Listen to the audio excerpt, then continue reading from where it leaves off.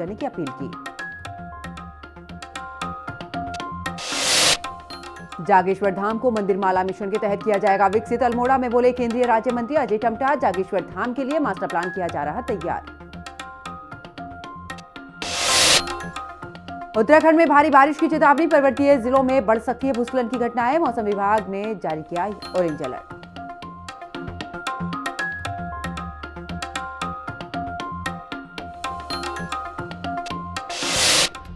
नमस्कार, हिंदी खबर देख रहे हैं आप। मैं हूं आपके साथ पंकज यादव। शुरुआत करते इस वक्त की बड़ी खबर के साथ। मदरसों में स्कॉलरशिप वितरण में धांधली का मामला सामने आया है। खुद मुख्यमंत्री पुष्कर सिंह धामी ने इसकी जांच के आदेश दिए हैं। विशेष सचिव अल्पसंख्यक कल्याण को सौंपी है जांच। और ऐसे में सरस्वती शिशु मंदिर के नाम से छात्रवृत्ति ली गई है और किच्छा में सरस्वती शिशु मंदिर के नाम पर यह धांधली सामने आने पर सीएम ने निर्देश भी दिए हैं। अल्पसंख्यक शिक्षण संस्थानों की जांच के निर्देश दिए गए हैं। राष्ट्रीय छात्रवृत्ति पोर्टल में दर्ज अल्पसंख्यक संस्थान और ऐसे में देखिए छात्रवृत्ति से जुड़ा पूरा मामला है, जिसको लेकर खुद मुख्यमंत्री पुष्कर सिंह धामी ने अब आखिरकार यहां पर जांच के निर्देश दे दिए। अल्पसंख्यक शिक्षण संस्थान को लेकर भी आपको बता दें कि फिलहाल जांच के निर्देश और मदरसों में स्कॉलरशिप वितरण में धांधली का ये पूरा मामला है। सीएम पुष्कर सिंह धामी ने जांच के आदेश दिए हैं। विशेष सचिव अल्पसंख्यक कल्याण को सौंपी है जांच। इतना ही नहीं, सरस्वती शिशु मंदिर के नाम से छात्रवृत्ति ली गई है। तो मुख्यमंत्री पुष्कर सिंह धामी ने आपको बता दें कि फिलहाल जांच के निर्देश दे दिए हैं और ऐसे में धांधली सामने आने पर सीएम ने ये निर्देश दिए हैं। अल्पसंख्यक शिक्षण संस्थानों की जांच के निर्देश दिए गए हैं। इतना ही नहीं, राष्ट्रीय छात्रवृत्ति पोर्टल में दर्ज शिक्षण संस्थान। और ज्यादा जानकारी के लिए हमारी सहयोगी शुभांगी हमारे साथ में जुड़ चुके हैं। शुभांगी, अगर बात करें, देखिए भ्रष्टाचार के खिलाफ लगातार कार्रवाई हो रही है, लेकिन ऐसे में एक नया मामला आया है, जबकि ऐसे में बच्चों की स्कॉलरशिप को लेकर अब ये भ्रष्टाचार का मामला उजागर हुआ। खुद मुख्यमंत्री ने इसको लेकर जांच के निर्देश दे दिए हैं। बिल्कुल, देखिए केंद्र से जो पोषित विद्यालय हैं उनको छात्रवृत्ति दी जाती है। स्कॉलरशिप की जो बात होती है, ऐसे कई सारे स्कूल्स होते हैं, लेकिन अब इसमें गड़बड़ी का मामला जो है वो सामने आया है। शिशु मंदिर के नाम पर बताया जा रहा है कि उसे अल्पसंख्यक विद्यालय या फिर मदरसे के नाम से जो पोर्टल था जिसमें ये आवेदन किए जा रहे थे, जिससे स्कॉलरशिप आनी थी, छात्रवृत्ति आनी थी, उसमें शिशु मंदिर के नाम से इसको रजिस्टर किया गया। और जब 700 से ज्यादा जो उसमें बच्चे थे उनके नाम उसमें पाए गए और उसके बाद जब कहीं ना कहीं 200 से ज्यादा लोग इसमें संदेह में आए कि आखिर इसमें कुछ ना कुछ गड़बड़ी है, इस पे जांच भी की गई, तो ये पाया गया कि इस जो विद्यालय है इसको कोई विशेष समुदाय का व्यक्ति जो है वो चलाता हुआ नजर आ रहा था। और जब ये देखा गया तो ये डाउट जो है और ज्यादा बढ़ा और उसके बाद इस पर और जांच की गई तो ये पाया गया कि ये शिशु मंदिर के नाम पर शिशु मंदिर का जो नाम है इसका यूज कर छात्रवृत्ति लेने की कोशिश जो है वो की जा रही थी। और ऐसे में मुख्यमंत्री पुष्कर सिंह धामी ने अब साफ तौर पर कहा है कि इस पर गहन तरीके से जांच होनी चाहिए और जो भी इस पे लापरवाही बरती गई है, जिसने भी इसमें अनियमितता करने की कोशिश की है, उसे सख्त से सख्त सजा जो है वो दिलवाई जाएगी। ऐसे में जहां एक तरफ मुख्यमंत्री पुष्कर सिंह धामी इन तमाम मामलों को लेकर सख्त नजर आते हैं, क्योंकि इससे पहले भी कई बार छात्रवृत्ति घोटाले हो चुके हैं, कई बार किसी और नाम की वजह से छात्रवृत्ति स्कॉलरशिप लेने की कोशिश जो है वो की जाती है, कई बार जो इसके हकदार होते हैं उनका हक मान लिया जाता है। ऐसे में इस बार फिर से जो मामला सामने आया है सरस्वती शिशु मंदिर के नाम पर, ये जो अनियमितता का मामला सामने आ रहा है कि कोई विशेष समुदाय का व्यक्ति जो है ये चला रहा था और जब पोर्टल में इसको लेकर आवेदन किया गया तो कहीं ना कहीं इसको लेकर संदेह हुआ और जब थोड़ा बहुत इसके बारे में पता लगाया गया तो कहीं ना कहीं आप मुख्यमंत्री के संज्ञान में भी जब ये बात आई है तो उन्होंने कहा है कि इस पर अब पूरी तरीके से जांच होगी, इस पर अधिकारी जांच करेंगे और इस पर जो भी गलती पाई जाएगी उसके खिलाफ सख्त से सख्त कार्रवाई होगी, क्योंकि इस तरीके के मामले उत्तराखंड के अंदर, देवभूमि के अंदर बर्दाश्त नहीं किए जाएंगे। वो बच्चे, वो लोग जिनके लिए ये रिजर्व होती है, ये छात्रवृत्ति रिजर्व होती है, केंद्र से पैसे दिए जाते हैं जो पोषित विद्यालय होते हैं, ऐसे में अगर कोई उनके नाम का दुरुपयोग कर छात्रवृत्ति लेने की कोशिश करेगा, घोटाला करने की कोशिश करेगा, अनियमितता करने की कोशिश करेगा, तो उस पर सख्त से सख्त कार्रवाई होगी और अब इस जांच के बाद कहीं ना कहीं इस तरीके की कार्रवाई भी देखने को मिलेगी। बिल्कुल शुभांगी, क्योंकि देखिए भ्रष्टाचार के खिलाफ राज्य सरकार बिल्कुल एक बड़ा कदम उठा रही, लेकिन ऐसे में अब ये भी देखना होगा कि देखिए भ्रष्टाचार कब से चल रहा था, कितने बच्चों के नाम इसमें शामिल हैं और कौन कौन से ऐसे और भी दूसरे संस्थान हैं जो अल्पसंख्यक संस्थानों में से कितने और बच्चे हैं जो कि शिशु मंदिर से जोड़ रखे हैं और उसके बाद वो इस स्कॉलरशिप को लेकर पूरे तरीके से भ्रष्टाचार हो रहा है। बिल्कुल देखिए, प्रदेश के अंदर से भ्रष्टाचार मिटाने का संकल्प मुख्यमंत्री पुष्कर सिंह धामी ने लिया है, उनकी सरकार ने लिया है। और यही कारण है कि जहां पर भी अनियमितता के मामले सामने आते हैं, किसी भी केस में अगर फ्रॉड के मामले सामने आते हैं या इस तरीके की कोई बात सामने आती है कि आप किसी और नाम से छात्रवृत्ति लेने की कोशिश कर रहे हैं, क्योंकि इसमें जैसे मैंने कहा कि पोर्टल में आवेदन किया गया था और 700 से ज्यादा ऐसे इसमें बच्चों के नाम थे। लेकिन जब इस पर जांच की गई तो ये संदेह पाया गया कि 200 से ज्यादा बच्चे जो है, क्योंकि शिशु मंदिर के नाम पर ये छात्रवृत्ति लेने की कोशिश जो है वो की गई थी। अल्पसंख्यक जो विद्यालय है या मदरसे हैं उनके लिए जो ये आती है। तो ऐसे में अब मुख्यमंत्री ने साफ तौर पर कहा है कि कब से ये सब चल रहा है, और जब ये रजिस्टर कराया गया पोर्टल के अंदर, तो अब ये पता लगाना जरूरी हो जाता है कि आखिर कब से किस नाम से ये चलाया जा रहा था, कौन इसे चला रहा था, क्या इसके पीछे कहीं और कोई और भी नेटवर्क है, क्या इनका साथ कोई और भी दे रहा है। और ऐसे में जो भी अभी तक संदेह पाया गया है, अधिकारी अब उस पर जांच करेंगे। और साफ तौर पर मुख्यमंत्री ने कहा है कि भ्रष्टाचार जो है उत्तराखंड के अंदर बिल्कुल भी झेला नहीं जाएगा, क्योंकि अभी तक हमने देखा कि कड़ा प्रहार भ्रष्टाचारियों पर सीएम धामी जो है करते हुए नजर आए, धामी सरकार करते हुए नजर आई है। और ऐसे में इससे पहले भी जो छात्रवृत्ति घोटाले हुए हैं उसको लेकर भी जांच दी गई थी, और जो भी इस पर पाया गया था कि जिसकी गलती थी उस पर कार्रवाई भी हुई, उस पर गाज भी गिरी। और एक बार फिर से ये छात्रवृत्ति वाला मामला जो है वो सामने आया, और एक बार फिर से इस पर जांच होने जा रही है, और उसके बाद इस पर बड़ी कार्रवाई होती हुई भी नजर बहुत बहुत शुक्रिया शुभांगी हमारे साथ जुड़ने के लिए, तमाम जानकारी साझा करने के लिए। खबरों में आगे बात करते हैं सीएम धामी की भ्रष्टाचार पर एक और बड़ी कार्रवाई। पेयजल निगम हल्द्वानी के मुख्य अभियंता निलंबित कर दिए गए हैं। प्रभारी मुख्य अभियंता सुजीत कुमार निलंबित हुए हैं। साथ ही आपको बता दें कि सीएम पुष्कर सिंह धामी के निर्देश पर यह बड़ी कार्रवाई हुई है। काम दिलाने के नाम पर ली थी 10 लाख की रिश्वत, जांच में आरोप की पुष्टि के बाद ये बड़ी कार्रवाई की गई है। तो बड़ी खबर आपको बता रहे, जहां पर अगर उत्तराखंड की बात करें तो मुख्यमंत्री पुष्कर सिंह धामी की तरफ से सख्त निर्देश है कि भ्रष्टाचारी को बख्शा नहीं जाएगा। ऐसे में एक और मामला सामने आया जिसको लेकर अब खुद मुख्यमंत्री पुष्कर सिंह धामी ने निर्देश दिए, उनके निर्देश पर कार्रवाई हुई है। काम दिलाने के नाम पर ली थी 10 लाख की रिश्वत, जांच में आरोप की पुष्टि के बाद ये बड़ी कार्रवाई की गई है। तो सीएम धामी का भ्रष्टाचार पर एक और बड़ा एक्शन सामने देखने को मिला है, जहां पर बता दें पेयजल निगम हल्द्वानी के मुख्य अभियंता तो निलंबित किया गया है। प्रभारी मुख्य अभियंता सुजीत कुमार निलंबित किए गए हैं। सीएम पुष्कर सिंह धामी के निर्देश पर यह बड़ी कार्रवाई हुई है। तो काम दिलाने के नाम पर ली थी 10 लाख की रिश्वत। तो मुख्यमंत्री पुष्कर सिंह धामी ने सचिवालय में कौशल विकास और श्रम विभाग की समीक्षा की है। समीक्षा के दौरान सीएम ने कहा कि सभी विभाग मिलकर युवाओं को बेहतर ट्रेनिंग और रोजगार दें। हर जिले में प्लम्बर, इलेक्ट्रीशियन जैसे कामों की ट्रेनिंग दी जाएगी और आधुनिक सुविधाएं उपलब्ध भी कराई जाएंगी। सीएम ने यह भी कहा कि बाल मजदूरी रोकने और महिलाओं के लिए खास ट्रेनिंग केंद्र बनाए जाएं। सीएम ने कौशल विकास विभाग से 10 दिनों में योजना पेश करने को कहा है, जिसमें युवाओं को ट्रेनिंग और रोजगार से जोड़ने का पूरा ब्यौरा दिया गया।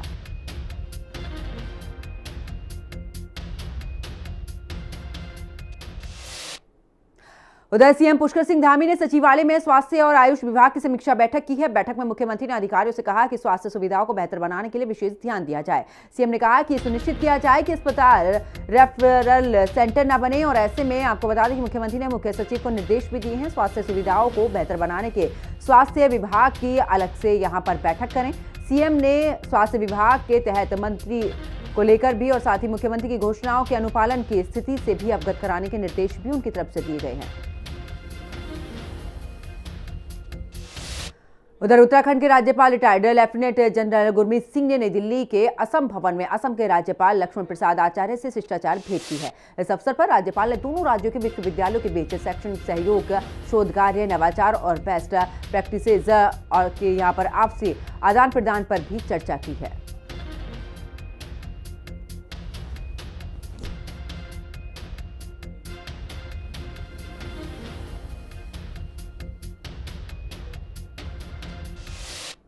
तो केदारनाथ में मॉनसून को देखते हुए हेलीकॉप्टर सेवा पर रोक लगी हुई है। वहीं प्रतिबंध के बीच में बद्री केदार मंदिर समिति के अध्यक्ष के कुछ वीआईपी मेहमानों के लिए हेलीकॉप्टर से केदारनाथ जाने पर बवाल मच गया है।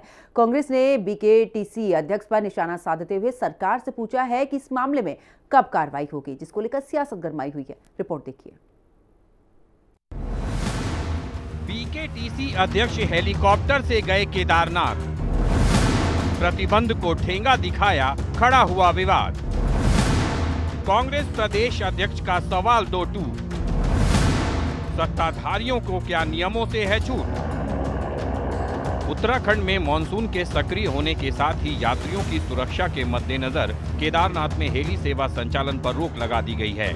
वहीं प्रतिबंध के बीच बद्री केदार मंदिर समिति के अध्यक्ष हेमंत द्विवेदी के कुछ वीआईपी मेहमानों के साथ हेलीकॉप्टर से केदारनाथ जाने पर विवाद खड़ा हो गया है। बद्री केदार मंदिर समिति अध्यक्ष सावन के पहले सोमवार के मौके पर 15 जुलाई को हेलीकॉप्टर से केदारनाथ गए थे, जिसकी तस्वीरें उन्होंने सोशल मीडिया पर पोस्ट की थी। जानकारी के मुताबिक मौसम खराब होने के कारण हेलीकॉप्टर को एक दिन केदारनाथ में रोकना पड़ा था, जिस पर विपक्षी कांग्रेस ने बीकेटीसी अध्यक्ष और सरकार पर तीखा हमला बोला है। कांग्रेस प्रदेश अध्यक्ष करण माहरा का कहना है कि मानसून को देखते हुए केदारनाथ में हेली सेवा पर प्रतिबंध लगाया गया है, लेकिन जब बात सत्ताधारियों की आती है तो नियम धरे के धरे रह जाते हैं। कांग्रेस प्रदेश अध्यक्ष ने पूछा है कि बीकेटीसी अध्यक्ष के नियम तोड़ने को लेकर कब कार्रवाई होगी। वहीं कांग्रेस के हमले पर बीजेपी सफाई देते हुए कह रही है कि बीकेटीसी अध्यक्ष किन परिस्थितियों में हेलीकॉप्टर से केदारनाथ गए ये कहना तो मुश्किल है, लेकिन बद्री केदार धाम के प्रति उनकी निष्ठा को देखते हुए उन पर इस तरह के आरोप लगाना सही नहीं है। केदारनाथ में हेली सर्विसेज बंद की गई हैं क्योंकि भारी बरसात है। 39 दिन में 5 हेलीकॉप्टर गिरे हैं, ये गंभीर विषय था। और एक ये जारी किया गया था निर्देश कि हेली सेवाएं बरसात तक नहीं चलेंगी। उसके बाद भी हेमंत द्विवेदी अपने कुछ साथियों के साथ वहाँ पहुँचे हैं। वो साथी कौन थे वो भी एक बड़ी टिप्पणी है। रावल के ऊपर आरोप लगाने वाले और जिन्होंने पूरा स्कीइंग का जो हमारा क्षेत्र है उसको ख़राब किया था गुप्ता बंधु ने, उनका व्यक्ति उस यात्रा में शामिल था। तो इस बात का उत्तर हेमंत द्विवेदी जी को देना चाहिए, बड़े पद पे हैं। और मैं समझता हूँ कि कोई आवश्यक कोई महत्वपूर्ण कार्य श्री केदारनाथ धाम में रहा होगा, जिसके कारण उन्होंने जो है वहाँ यात्रा की है। अभी इस विषय में विस्तृत जानकारी मुझे नहीं है कि किन परिस्थितियों में अध्यक्ष जी ने हेलीकॉप्टर से वहाँ यात्रा की है, लेकिन मेरा ये विश्वास है कि कहीं पर भी कोई नियमों के उल्लंघन का कोई विषय उनके मन में नहीं है और किसी भी साधन के दुरुपयोग का विषय भी उनके मन में नहीं है, क्योंकि जो हमारे अध्यक्ष हैं श्री हेमंत द्विवेदी जी वो पूरे समर्पण के साथ में, पूरी निष्ठा के साथ में, और उन्होंने भगवान बद्रीनाथ केदारनाथ जी की सेवा का जो व्रत ठाना है, मुझे लगता है कि उनके समर्पण और उनकी निष्ठा के सामने इस प्रकार का प्रश्न चिन्ह उठाना मुझे लगता है उचित है। इस साल चारधाम यात्रा के दौरान 5 हेली हादसे हुए, जिनमें 13 लोगों की जान गई, जिसे देखते हुए हेली सेवाओं पर सख्ती की गई। मानसून के दौरान हेली सेवाओं पर पूरी तरह रोक लगाई गई, लेकिन जब सरकार के नुमाइंदे ही नियमों की धज्जियां उड़ाएं तो फिर क्या कहा जाए।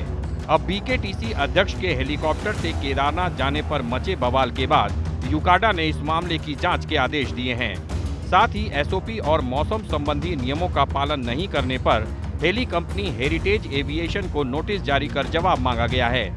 हेली कंपनी से तो जवाब मांगा गया है, लेकिन सवाल ये है कि नियमों को ठेंगा दिखाकर हेली सेवा का इस्तेमाल करने वाले बीकेटीसी अध्यक्ष से कब जवाब तलब किया जाएगा, और क्या कार्रवाई के दायरे में बीकेटीसी अध्यक्ष संजय द्विवेदी भी आएंगे। देहरादून से संवाददाता दीपिका भंडारी और शुभांगी भट्ट के साथ ब्यूरो रिपोर्ट, हिंदी खबर। चलिए आगे बात करते। कृषि मंत्री गणेश जोशी ने केंद्र सरकार द्वारा प्रधानमंत्री धन धान्य कृषि योजना को मंजूरी दिए जाने पर प्रधानमंत्री नरेंद्र मोदी और केंद्रीय कृषि मंत्री शिवराज सिंह चौहान का आभार व्यक्त किया है। उन्होंने कहा ये योजना देश के कृषि क्षेत्र को आत्मनिर्भरता की ओर ले जाने में मील का पत्थर साबित होगी। इस योजना का मुख्य उद्देश्य किसानों की उत्पादकता में वृद्धि, फसल विविधीकरण को बढ़ावा देने और सतत खेती को प्रोत्साहित करना है। नरेंद्र मोदी जी का, कृषि मंत्री आदरणीय शिवराज जी का व कैबिनेट के सभी मंत्रियों का आभार करता हूँ कि धन धान्य कृषि योजना की स्वीकृति उन्होंने दी है, जिसमें 6 वर्षों में 24,000 करोड़ की व्यवस्था की गई है, जो 100 जिलों को कवर करेगी और जिसका उद्देश्य कृषि उत्पादकता में वृद्धि करना, फसल विविधीकरण और टिकाऊ कृषि प्रथाओं को अपनाने को बढ़ावा देना, पंचायत और ब्लॉक स्तर पर फसलोत्तर भंडारण करना। और मुझे पूरा भरोसा है सरकार से प्रधानमंत्री जी की जितनी भी योजनाएं बनी हैं, चाहे किसान सम्मान निधि हो, चाहे प्रधानमंत्री कृषि विकास योजना हो, चाहे प्रधानमंत्री फसल बीमा योजना हो, इसका लाभ देश के 10 करोड़ से अधिक किसान ले रहे हैं। और आज हमारा किसान आर्थिक रूप से मजबूत हो रहा है। चलिए आगे बात करते हैं। कांवड़ यात्रा चल रही है, लेकिन कुछ लोग कांवड़ियों के वेश में मारपीट, तोड़फोड़ और हंगामा कर रहे हैं। सोशल मीडिया पर इन घटनाओं के कई वीडियो भी वायरल हो रहे हैं। काशीपुर में एक व्यक्ति को 1 किलो से ज्यादा चरस के साथ गिरफ्तार किया गया है, जिसे कांवड़ियों को बेचने के लिए लाया जा रहा था। विपक्ष ने इन घटनाओं को लेकर सरकार की कानून व्यवस्था पर सवाल उठाए हैं और मामले की जांच और कड़ी कार्रवाई की मांग की है।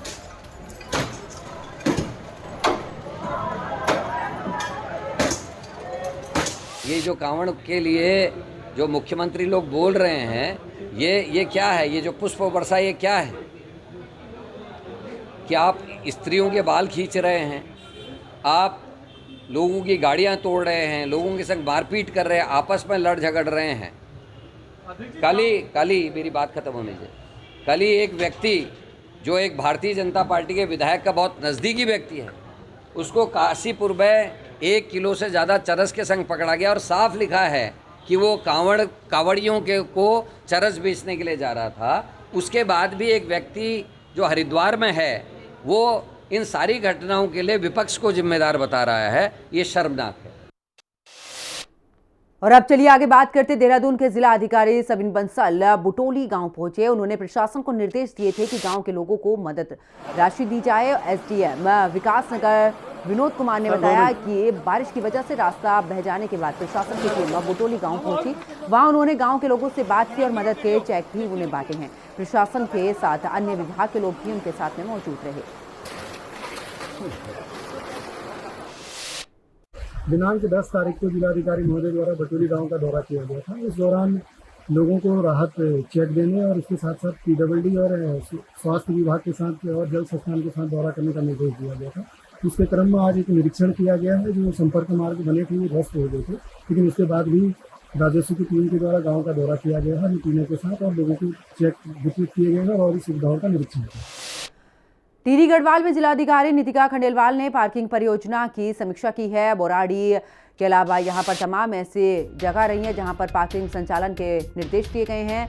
इसके अलावा आपको बता दें कि जिला पंचायत को देने के लिए यहां पर कागज तैयार करने के लिए भी कहा गया है। देवप्रयाग और कीर्तिनगर में भी पार्किंग का काम अक्टूबर तक पूरा करने के निर्देश दिए हैं। मिट्टी की जांच, अनुमति और टेंडर जैसे जरूरी कार्य भी फौरन करने को कहा गया है। जिलाधिकारी ने सभी परियोजनाओं को समय पर पूरा करने पर जोर दिया है।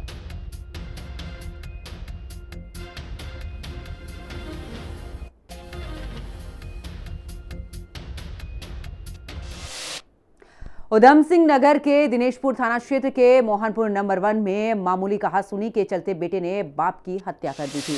आपको बता दें कि स्थानीय लोगों का कहना है कि बाप बेटे दोनों शराब के नशे में थे। दोनों में किसी बात को लेकर लड़ाई हो गई, जिस पर बेटे ने कुल्हाड़ी से वार कर अपने पिता को गंभीर रूप से घायल कर दिया। आसपास के लोग घायल को डॉक्टर के पास ले गए, जहां पर डॉक्टर ने मृत घोषित कर दिया। पुलिस हत्या के आरोपी बेटे को हिरासत में लेकर पूछताछ कर रही है।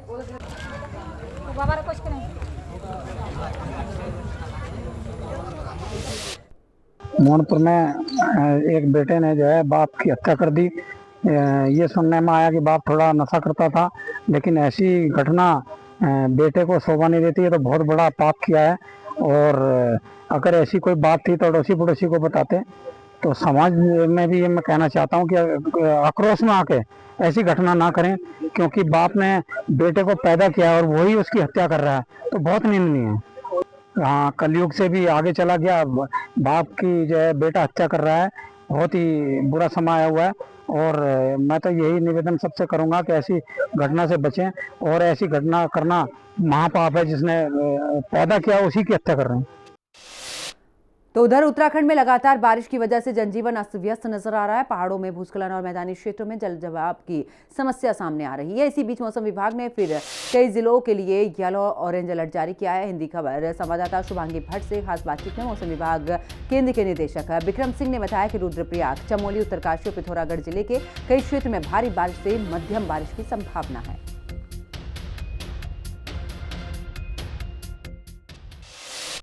प्रदेश में बारिश का कहर जारी है और एक बार फिर से मौसम विभाग ने कई जिलों के लिए अलर्ट जारी किया है और कई सारे ऐसे संवेदनशील स्थान हैं जहां पर खतरा बना हुआ है। ऐसे में इस पर चर्चा करने के लिए इस वक्त हमारे साथ मौसम विज्ञान केंद्र के निदेशक विक्रम सिंह जी मौजूद हैं। सर, आज से किन किन जिलों के लिए अलर्ट जारी किया गया और कौन से ऐसे जिले हैं जहां पर भारी वर्षा होने की संभावना है? बिल्कुल, आज 17 तारीख के लिए बात करते हैं उत्तराखंड में, तो अच्छी बारिश की बिल्कुल संभावना है। मैं कहूँगा कि ज़्यादातर जगहों में हल्की से मध्यम बारिश तो मिलेगी प्रदेश में, लेकिन जब भारी या बहुत भारी बारिश की बात करते हैं तो इसमें देहरादून, टेहरी को रखा गया है और साथ ही नैनीताल और बागेश्वर डिस्ट्रिक्ट को रखा गया है। इसके अलावा जो हैवी रेंज है उसमें भी करीब करीब में और जो डिस्ट्रिक्ट्स है वो सभी में रखा है कि इक्का दुक्का जगहों में जो हैवी रेंज और डिस्ट्रिक्ट्स में भी वो मिलने वाली है। तो जैसे आप देखेंगे जो चारधाम लोकेशंस हमारी, जिसमें कि उत्तरकाशी डिस्ट्रिक्ट में है, या इसी तरह रुद्रप्रयाग है, चमोली है और इवन है पिथौरागढ़ डिस्ट्रिक्ट भी, तो इनमें भी एक दुक्का जगहों में आपको जो हैवी रेंज जो है वो आज 24 आवर्स आगे जो अभी हैं उसमें वो मिलने वाली। तो येलो उसमें वार्निंग का इस तरह हमने रखा है।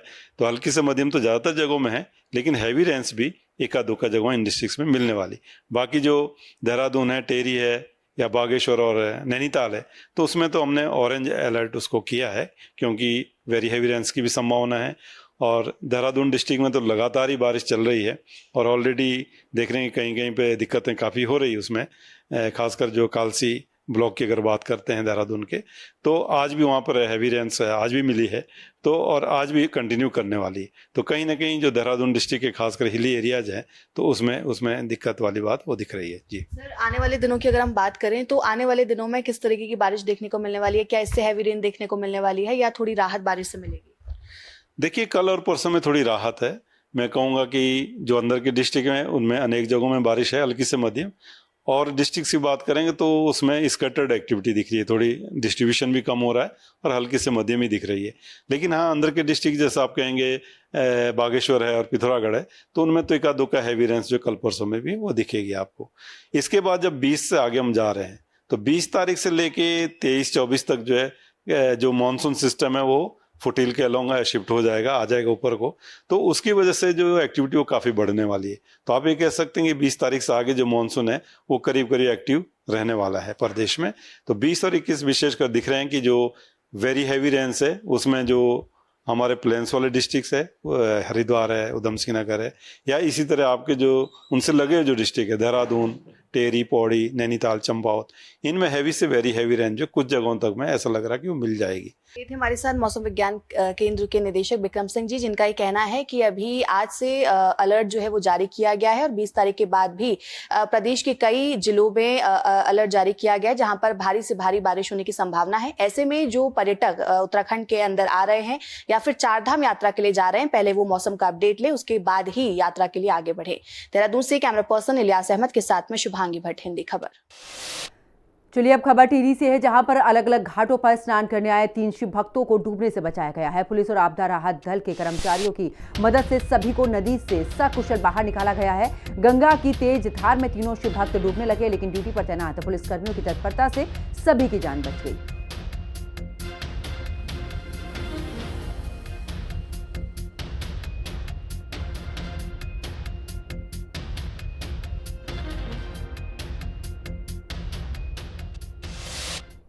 और अब आगे बात करते हैं, जहां पर त्रिस्तरीय पंचायत चुनाव में भूतसी सीट से कांग्रेस की सीता देवी का नामांकन पहले रद्द कर दिया गया था, लेकिन अब अदालत ने फैसला सुनाया है कि चुनाव आयोग सीता देवी को चुनाव चिन्ह दे, जिसके बाद अब सीता देवी चुनाव में हिस्सा ले सकेंगी।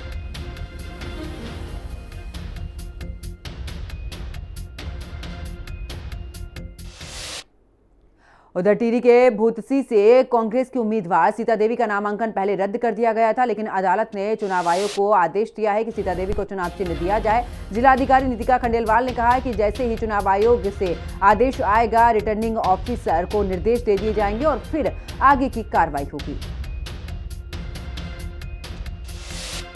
ज्ञात हुआ कि माननीय उच्च न्यायालय में जैसे यहाँ के कुछ लोगों द्वारा जो पिटीशन फाइल करी गई थी नामांकन के, उनका जो डिसीजन हुआ था उसके खिलाफ, आरोप के डिसीजन के खिलाफ, तो उसमें जो भी हाईकोर्ट ने निर्देश दिए हैं वो माननीय आयोग जैसे भी हमें निर्देश देंगे, क्योंकि प्रोसेस आयोग की अधिसूचना के रिकॉर्डिंग चल रहा है, तो जैसे जैसे हमें राज्य निर्वाचन आयोग से निर्देश आते रहेंगे वैसे ही संबंधित आरोप को वो निर्देश निर्गत किए जाएंगे और वही आगे उस हिसाब से कार्रवाई करेंगे। तो चलिए आगे बात करते, जहां परपोड़ी में चैधार वार्ड 35 से आरती नेगी ने फिर से चुनाव लड़ने का फैसला किया है। उन्होंने कहा है कि पहले के कामों में उन्होंने सड़क, पानी, स्वास्थ्य और शिक्षा जैसी जरूरी सुविधाओं पर ध्यान दिया है। अब वो चाहती हैं कि जनता उन्हें एक बार फिर से मौका दे ताकि वो अपने अधूरे काम को पूरा कर सके। वहीं नरेंद्र सिंह नेगी भी यहाँ पर मुंदाड़ी क्षेत्र पंचायत से चुनाव लड़ रहे हैं। वो भी गाँव-गाँव जाकर लोगों से मिल रहे हैं और अपना समर्थन मांग रहे हैं। उनका कहना है कि लोग उन्हें अच्छा समर्थन दे रहे हैं, वो क्षेत्र की समस्याओं को ठीक करने की पूरी कोशिश करेंगे।